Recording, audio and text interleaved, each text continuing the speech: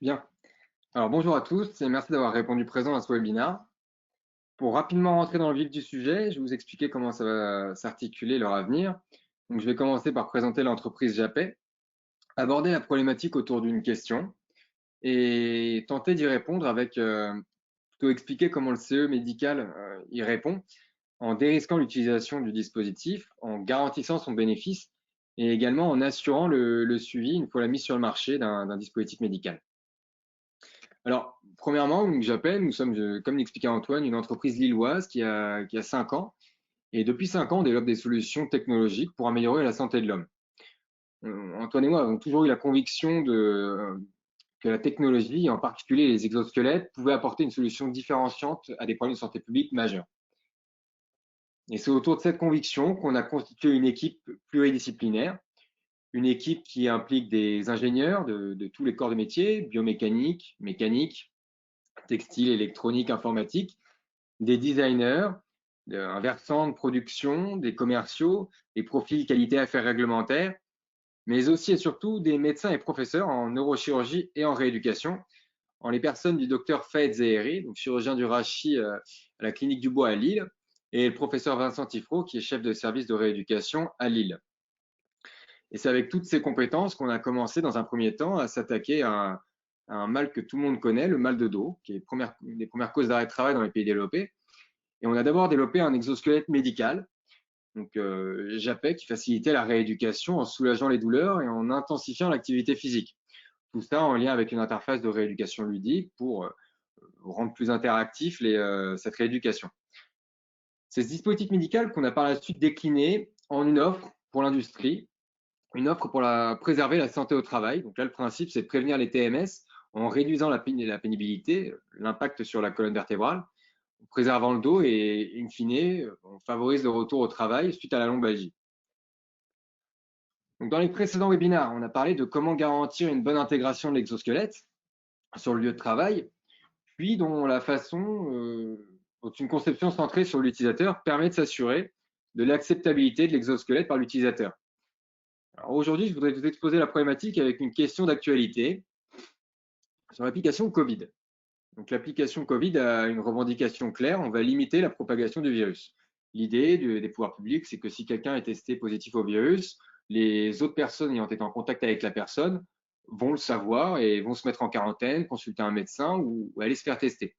Donc c'est une belle alternative au confinement.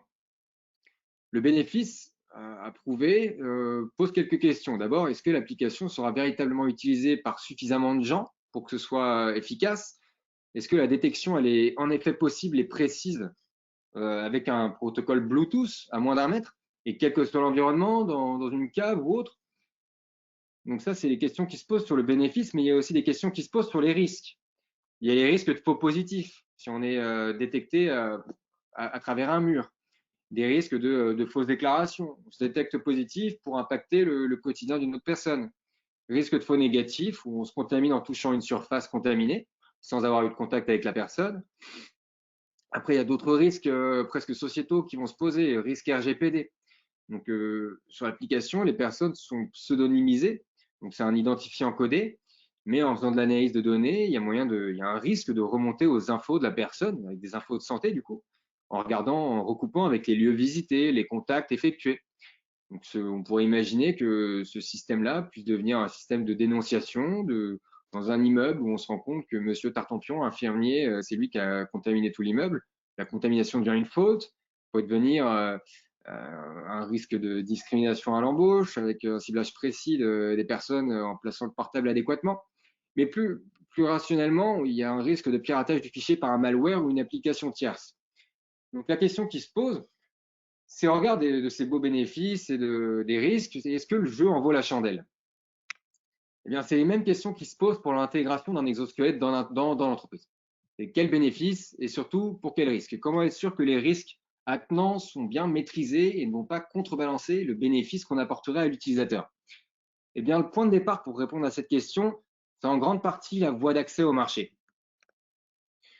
Donc, pour entourer ces réflexions, le fabricant d'un exosquelette ou de tout autre produit va généralement s'appuyer sur un référentiel normatif, une norme qui présente les bonnes pratiques à suivre tout au long de la vie du produit, de la conception à la mise au rebut, pour minimiser les risques et garantir le bénéfice ou au moins le prouver. Le problème avec les exosquelettes, comme le disait Antoine, c'est qu'il n'existe actuellement aucun référentiel normatif qui leur est propre. Il y a des initiatives qui sont lancées sur ce sujet, encore une fois par la FNOR, mais qui ne devraient pas voir le jour avant encore au moins 1 an. Donc, dans les différentes voies qui existent tout de même pour accéder au marché, il y a la directive machine qui consiste dans l'approche à garantir la sécurité de l'utilisateur.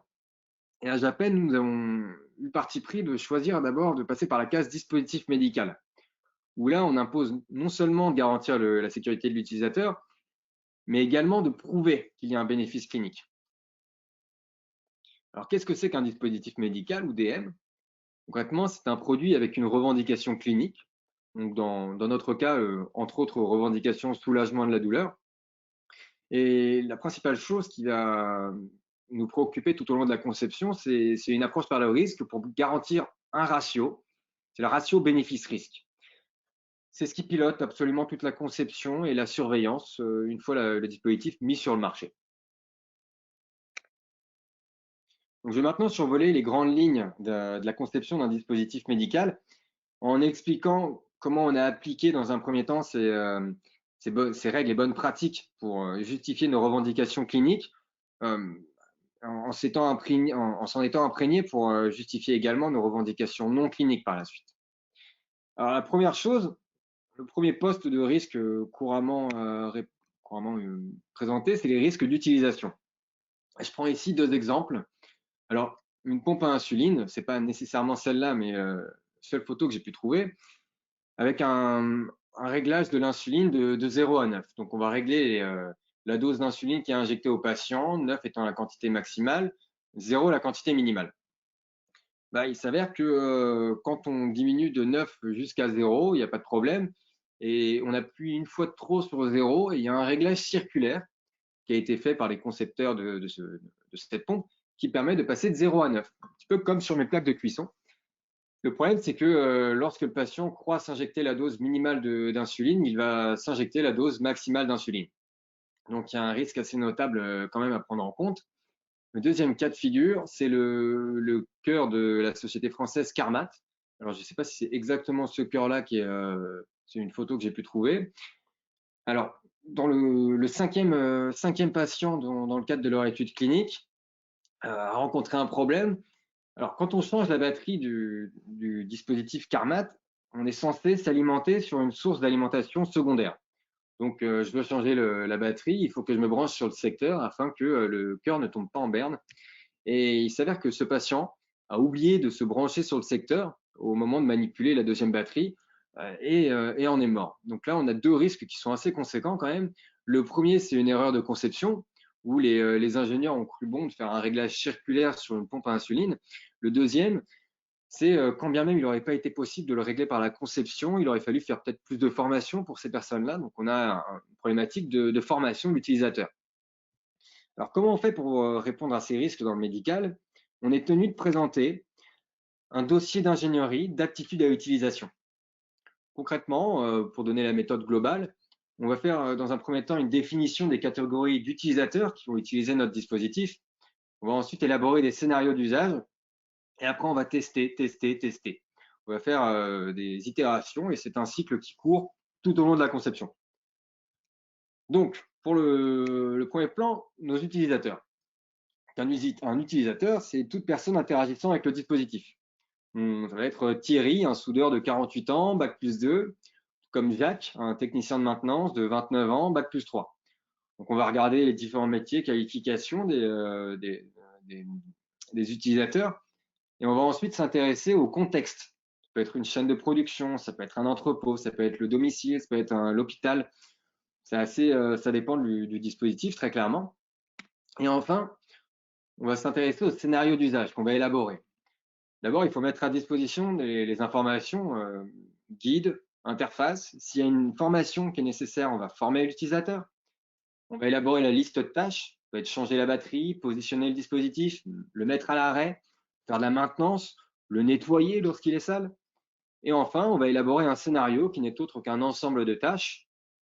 On va, par exemple, prendre 2 scénarios. Le premier étant une journée de travail normale, où le Thierry arrive au travail, enfile l'exosquelette et voilà, la journée se passe.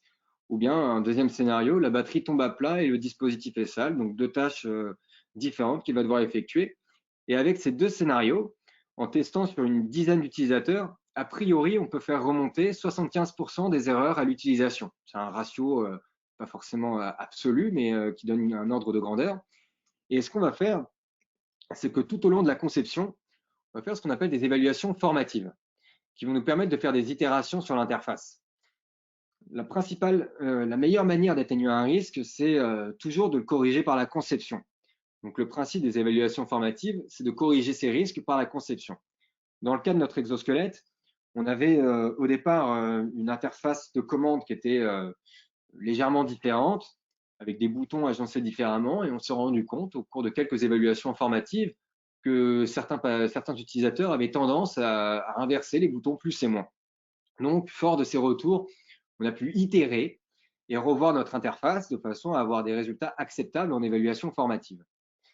Et enfin, on termine par l'évaluation sommative. Donc, c'est l'évaluation en fin de process, donc le test en conditions réelles. Et là, on va faire un état des risques persistants et on va voir s'ils sont jugés acceptables. Maintenant, je vais reprendre l'exemple de notre cœur artificiel. Eh bien, peut-être qu'il n'est pas possible il n'est sans doute pas possible de régler le problème de se brancher sur le secteur en changeant la batterie par de la conception, auquel cas, l'évaluation sommative permet de conclure sur le fait qu'il est nécessaire de maîtriser ce risque par une formation beaucoup plus conséquente des utilisateurs. Autre exemple concret, au départ, notre dispositif se disposait de sangles dans le dos, à l'arrière du patient ou de l'utilisateur, et on avait besoin d'un second opérateur pour venir vraiment serrer le dispositif. Donc le problème qui se passait, c'est que déjà le patient ne pouvait pas le serrer tout seul, et en termes de proprioception, quand c'est un autre utilisateur qui va serrer pour la personne, pour une tierce personne, le dispositif, on n'a pas forcément le réglage le plus adapté possible. Donc, on a eu des évaluations qui ont fait remonter ce problème du terrain et on a mis en place une solution qui est autre qu'un enrouleur à l'avant qui permet de faire un serrage plus fin du dispositif, donc moins brusque qu'avec des sangles et surtout un serrage en autonomie complète. Donc, c'est quelques erreurs qu'on a pu compenser par la conception. Et quand bien même on aurait eu des erreurs en bout de parcours après l'évaluation sommative, tendance à presque toujours confondre, on va mettre en place des formations. C'est ce qu'on fait pour les mises en place de nos exosquelettes sur site, où il y a toujours une personne de JAPEC qui va accompagner la formation et les premières mises en service des dispositifs pour s'assurer qu'ils soient bien utilisés, quand bien même la conception aurait pallié un certain nombre des problèmes. Autre classe de risques, je vais donner un exemple encore une fois, c'est les risques d'interférence. On va prendre un opérateur, on va l'appeler Sylvain, qui est en train de souder à l'arc. Et Sylvain, il a un pacemaker de très mauvaise facture, tant à supposer que ce soit possible. Et un appareil de soudure à l'arc, c'est une bombe électromagnétique qui interfère littéralement avec tout son environnement. Et les interférences de soudure à l'arc vont interférer avec le pacemaker et impacter assez directement et grandement la santé de notre Sylvain. Donc, comment on résout ces problèmes-là?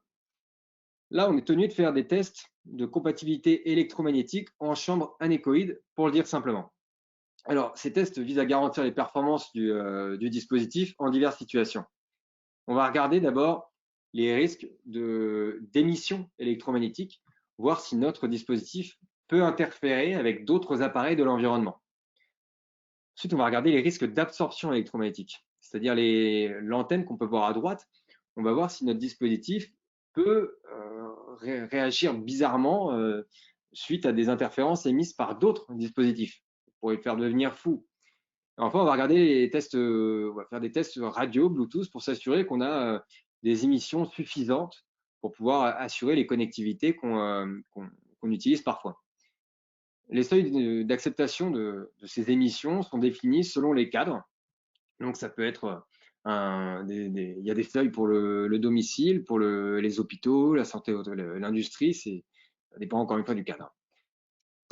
À Japet, comment ça s'est mis en œuvre? Alors, les différences sont absolument difficilement perceptibles. Ça a été notamment du design électronique. On a revu les systèmes de filtrage des signaux pour qu'il y ait encore moins d'émissions électromagnétiques et surtout faire en sorte que notre dispositif soit plus immune aux émissions extérieures. On a revu les antennes de notre carte électronique pour assurer une meilleure puissance de signal. On a revu l'isolation parce que c'est par là que ça passe toujours pour avoir une meilleure compatibilité électromagnétique. Et enfin, on a revu l'agencement des câbles dans notre dispositif parce qu'un câble, ça fait effet d'antenne et c'est comme ça qu'on amoindrit le risque. Donc, un an de conception sur l'électronique pour pallier à ce risque en particulier. Mais pas que. On a une autre classe de risques, d'autant plus importante, les risques électriques. Donc, on va encore une fois imaginer notre utilisateur, Sylvain, sur son lieu de travail. Ce coup-ci, il est équipé d'une prothèse de main robotisée. Là, il pleut et il y a un peu d'eau sur la prothèse de main qui provoque un court-circuit sur la prothèse, la batterie n'apprécie pas trop, le tout prend feu et l'opérateur se met en situation de danger. Autre cas de figure, la prothèse présente des parties conductrices qui entrent en contact avec le circuit avec lequel Sylvain travaille et Sylvain fait l'expérience du 220 volts qui est une expérience fort peu plaisante.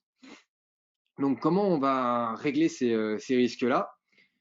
Avec les tests de sécurité électrique qui sont assez conséquents également. On va d'abord s'intéresser à la conductivité des parties apparentes de notre dispositif et des parties appliquées. Donc, on va observer, dans notre cas, les tubes en aluminium, on voit qu'il peut y avoir un risque que l'électricité se propage par là. On va regarder les parties appliquées. Dans le cadre d'une prothèse, ça peut être les parties directement en contact avec la peau du patient. Et il faut s'assurer qu'il n'y ait pas de courant de fuite. C'est-à-dire que le courant qui circule dans le dispositif ne circule pas dans le corps du patient et transite entre le patient et la terre. Ensuite, on va regarder les décharges électrostatiques. Alors, décharge électrostatique, c'est un grand nom pour quelque chose de très courant. Hein. En hiver, on arrive, on a un petit peu d'électricité statique au bureau, on peut toucher un appareil et si l'appareil n'est pas bien protégé, le rendre hors service. Donc une décharge électrostatique, ça peut être entre 8 et 15 000 volts, c'est ce qui est couramment envoyé sur le dispositif. Donc là, dans le laboratoire, ils vont prendre le dispositif et ils vont envoyer des décharges en tout point du dispositif, en essayant d'accéder le plus possible à l'électronique et aux parties techniques, au câblage, pour voir comment le dispositif réagit. Alors dans les tests de compatibilité électromagnétique, comme les tests de sécurité électrique, on n'est pas tenu d'avoir un fonctionnement parfaitement nominal, on peut avoir des baisses de régime, on va dire, le fonctionnement peut être un petit peu altéré, mais il faut, quoi qu'il arrive, que le dispositif puisse repartir en fonctionnement normal. Donc, pour pallier aux décharges électrostatiques, c'est encore une fois du design électronique où on fait du filtrage supplémentaire pour absorber ce genre de choc. Ensuite, il y a toute une autre classe de tests qui sont réalisés, c'est les essais mécaniques. Là, on va faire chuter le dispositif de 1,50 m. On va lâcher une bille de 500 grammes de 1,50 m sur le dispositif en différents points du dispositif. On va faire des essais de vibration. On va regarder s'il peut y avoir des risques de cassure.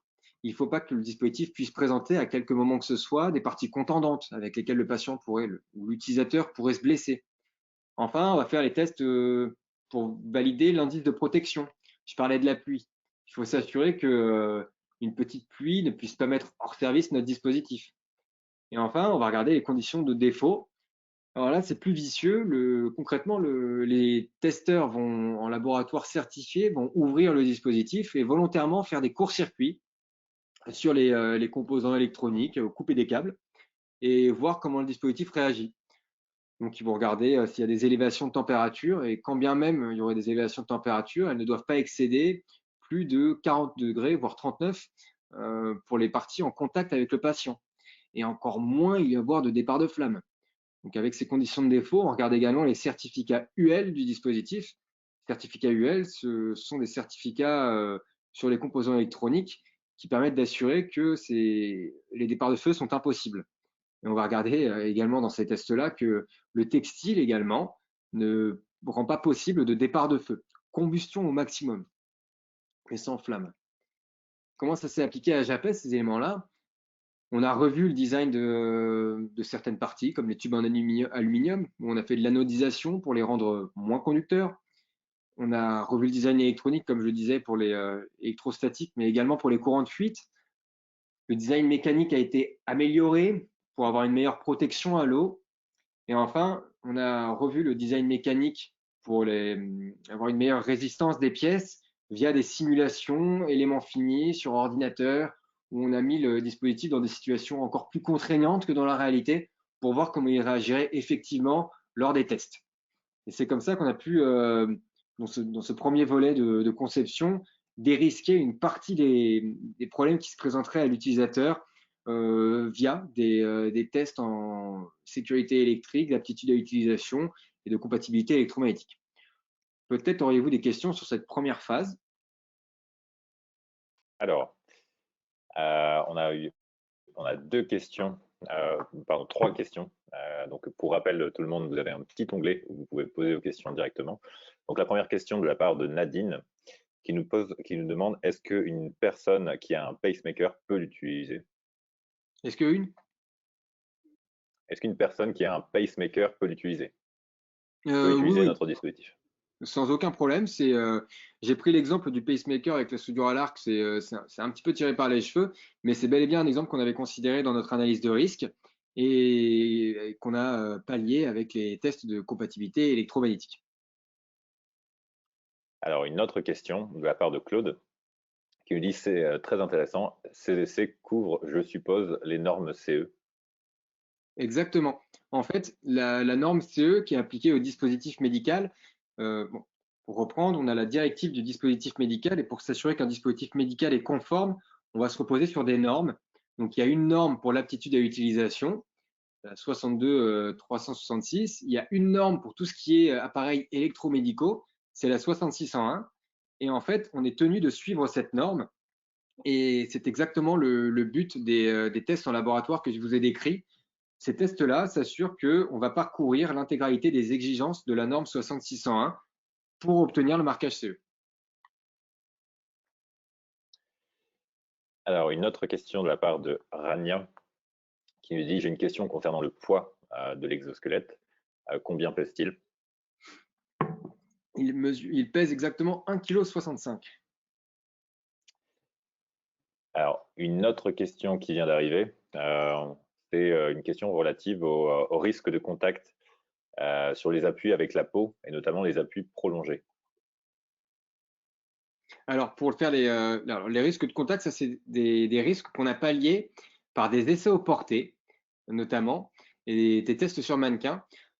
Et ce qu'on a fait, on a travaillé avec des orthoprothésistes qui nous ont expliqué un petit peu la manière dont eux-mêmes développaient les corsets d'immobilisation des patients, parce qu'il ne faut pas qu'il y ait en effet des points d'appui localisés. Donc, on s'est servi de cette expertise en lien avec l'expertise qu'on avait de textile, de biomécanique et de mécanique pour faire des appuis qui permettent des efforts répartis tout au long de la surface de l'appui. Comme ça, on n'a pas d'appui localisé et on ne peut pas avoir de point de contact douloureux ou de gêne sur la durée. D'accord. Et alors, une autre question de la part de Valentin. Est-ce que certains tests ont mis en avant des manques importants remettant en cause une partie notable du travail effectué jusqu'alors? Alors, j'ai pas compris la question.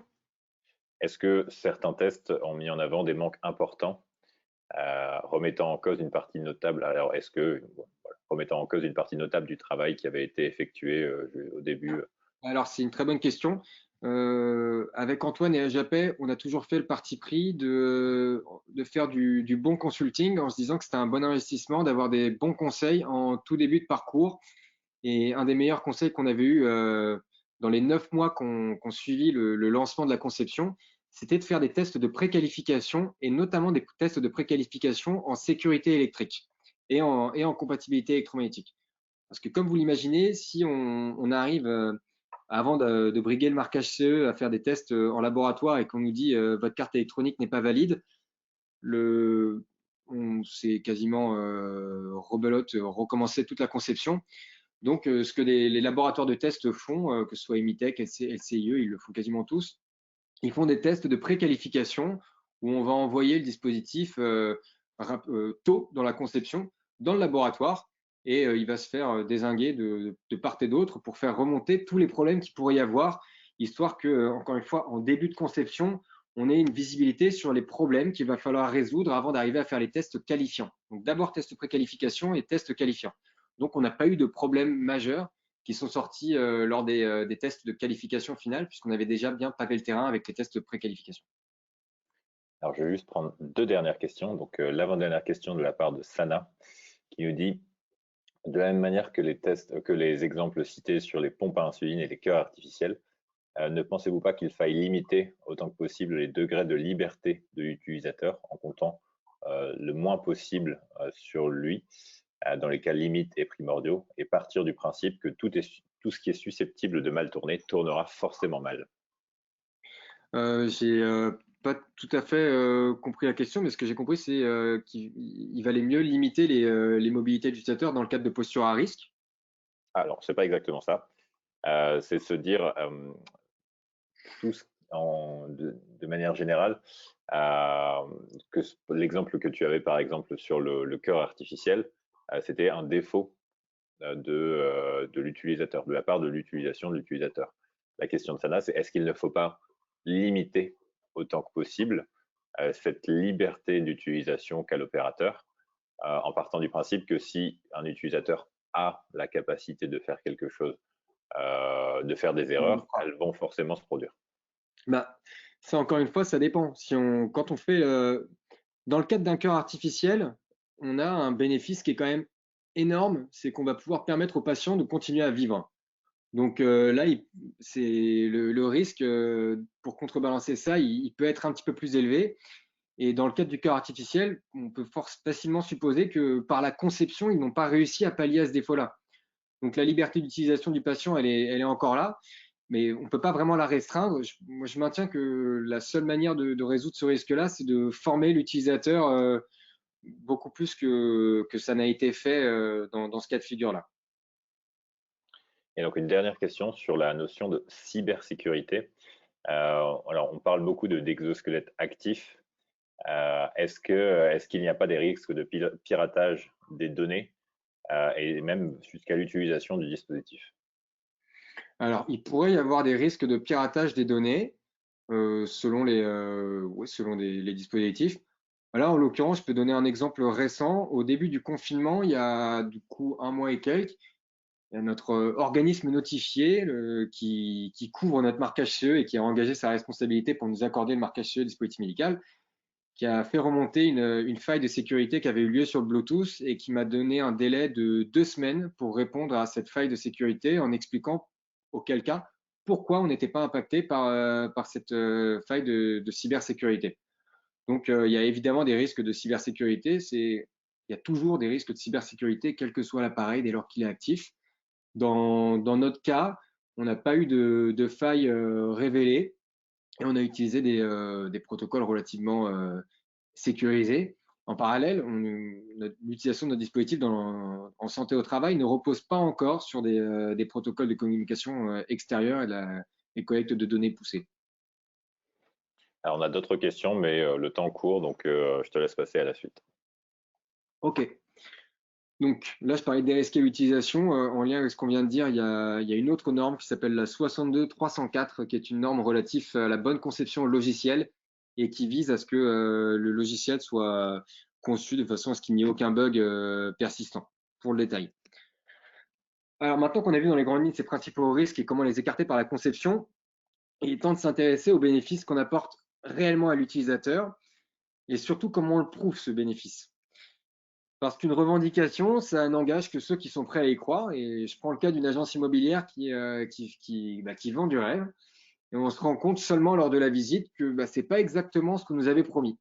Donc on peut promettre quelque chose de faux pour un produit quelconque, mais ce n'est pas le cas d'un dispositif médical. Et si je prends le cas de notre exosquelette, dans les revendications qu'on a, on a la limitation des postures à risque, maintien de la productivité de l'opérateur, diminution de l'impact biomécanique, mais surtout diminution de la douleur et amélioration de la mobilité. Là, on a deux revendications cliniques. C'est des revendications qu'il faut prouver. On ne peut pas marketer n'importe quoi. Et je vais prendre un exemple qui prend la contraposée, Theranos. Pour ceux qui connaissent, c'est une start-up qui a été créée en 2003, révolutionnaire, à San Francisco qui promettait des diagnostics sanguins à l'aide d'une simple goutte de sang et de réaliser plus de 200 tests avec une simple goutte de sang. Donc leur revendication, c'est des tests plus fiables, moins chers, plus rapides que ceux des concurrents. Forcément, il y a une énorme capitalisation qui s'en est suivie avec les essais cliniques qui faisaient miroiter un dispositif incroyable. Puis on se rend compte que les tests effectués par l'entreprise le sont avec des machines concurrentes, que certains résultats sont altérés et que surtout les résultats des études cliniques sont cachés. Donc, il y avait un bénéfice clinique qu'ils n'ont jamais réussi à prouver, mais là l'exemple, il est encore pire, c'est qu'ils ont cherché à le cacher. Donc, la fondatrice, pour conclure sur l'histoire, a été attaquée pour fraude massive et est encore aujourd'hui dans l'attente de son procès. Donc, quand je parle de revendication, j'en viens à ça. L'heure en est aux preuves à ce moment-là. Et c'est désormais au tour des cliniciens de se pencher sur le dispositif et de justifier de prouver notre bénéfice. Donc, l'étude clinique, elle peut se faire de deux manières, soit via une investigation, soit via une équivalence clinique. Je vais brièvement aborder les deux versants. La première méthode, c'est une investigation clinique. Donc ça, c'est l'étude clinique telle qu'on l'entend généralement. C'est obligatoire pour certaines classes de dispositifs implantables et avec un risque plus élevé.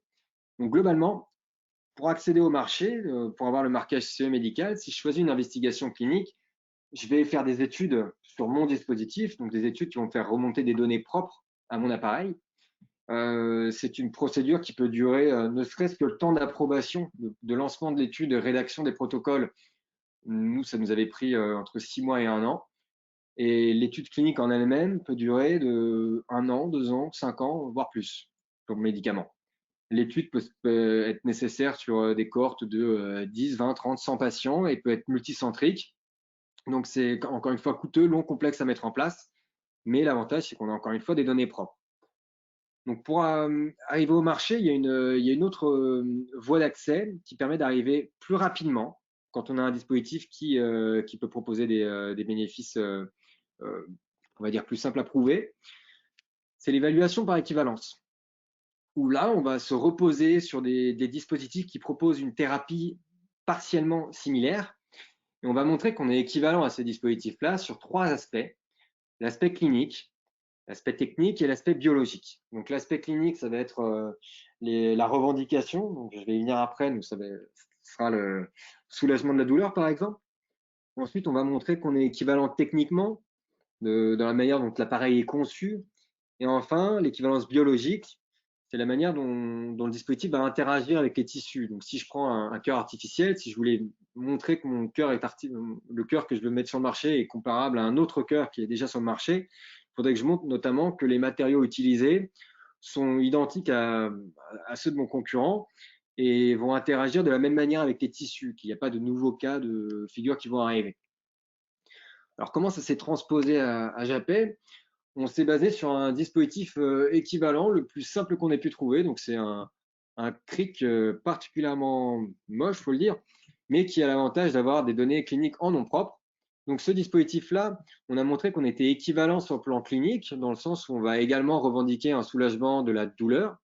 On revendique par ailleurs également de notre côté une mobilité, ce qui n'était pas le cas de notre dispositif équivalent.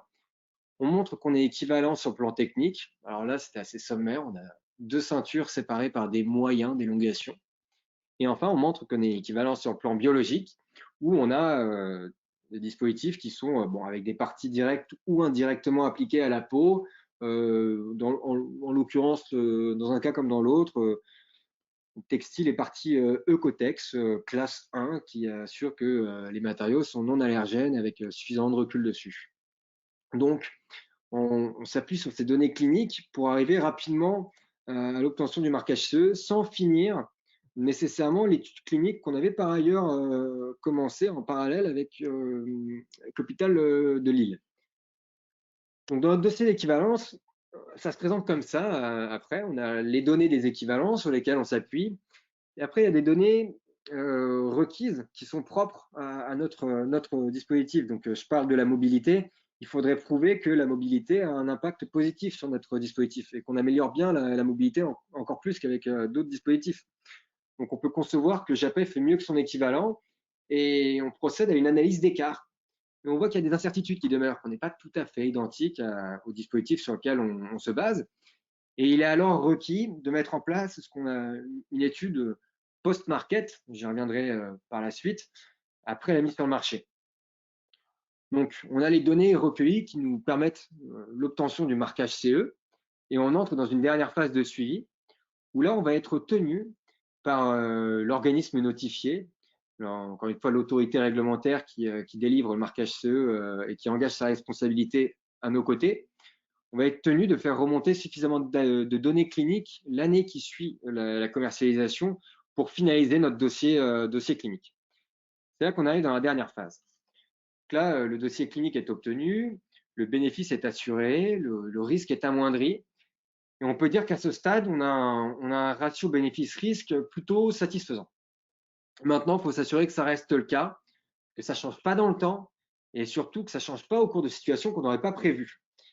Et c'est là qu'il y a tout ce qu'on appelle la surveillance post-market qui rentre en jeu. Alors, pour reprendre ce que je disais sur l'analyse d'écart, on met en place une post-market clinical follow-up ou PMCF. Alors, PMCF, qu'est-ce que c'est? C'est une étude observationnelle qui vise à faire remonter les données manquantes issues de notre analyse d'écart pour justifier nos revendications. Nous, on a des données, on a des revendications de soulagement de la douleur.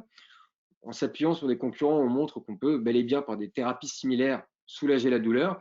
Mais là, pour faire remonter des données en propre, on met en place un protocole de cette étude observationnelle, excusez-moi, où on va dire, en lien, on se repose encore une fois sur des cliniciens, c'est toujours des médecins et des cliniciens qui suivent ces développements-là.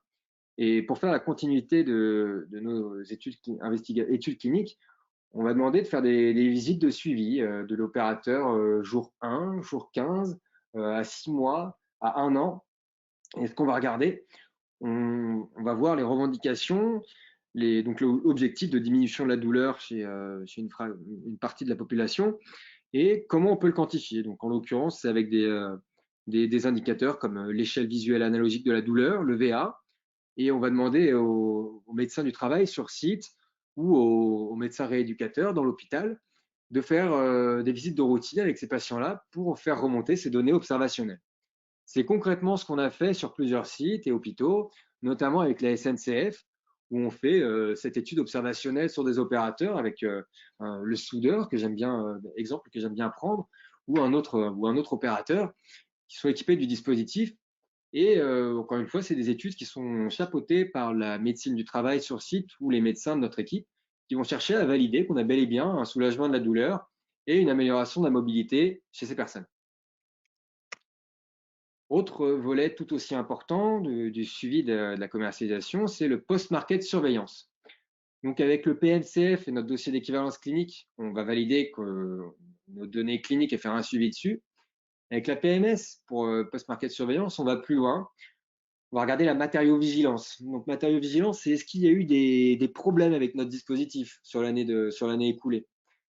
Quand il y a un problème de matériovigilance, donc un problème de santé, mettons qu'une personne mette notre dispositif et se retrouve à avoir plus mal que moins mal, on est légalement tenu de contacter l'ANSM, l'agence du médicament française, s'il y a un problème. Ça peut entraîner, en fonction de la gravité du problème, un rappel global des dispositifs si le problème est grave. On va regarder également faire de la surveillance sur tous les dispositifs médicaux similaires.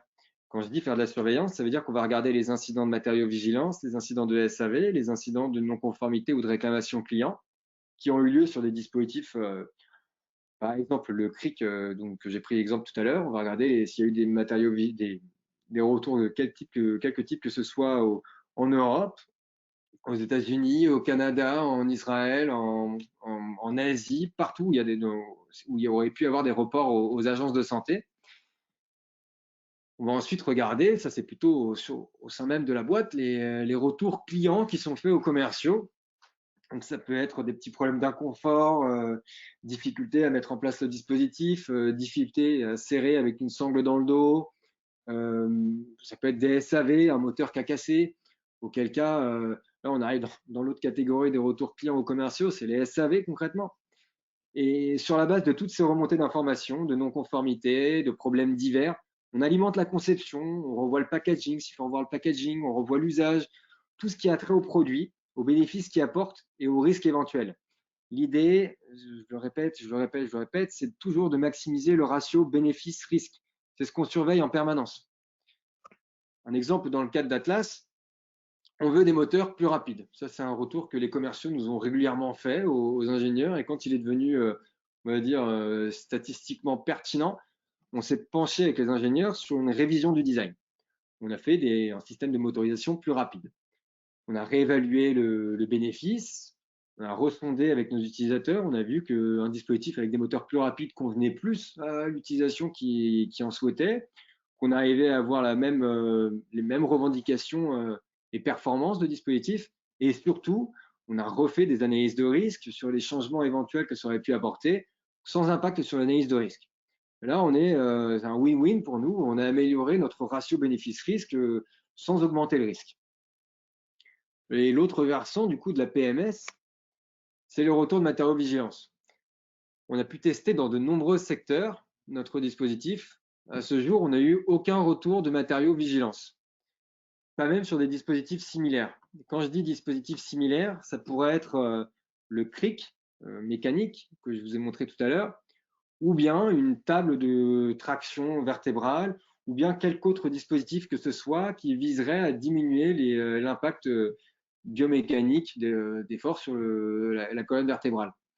Donc on peut dire qu'à ce stade, JAPA est parvenu globalement à garantir un ratio bénéfice-risque intéressant, avec des risques minimisés et maîtrisés, avec un bénéfice prouvé, et surtout avec une surveillance qui n'a fait remonter aucun incident qui remettrait en cause ce ratio bénéfice-risque.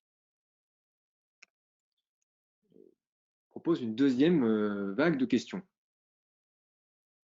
Hop.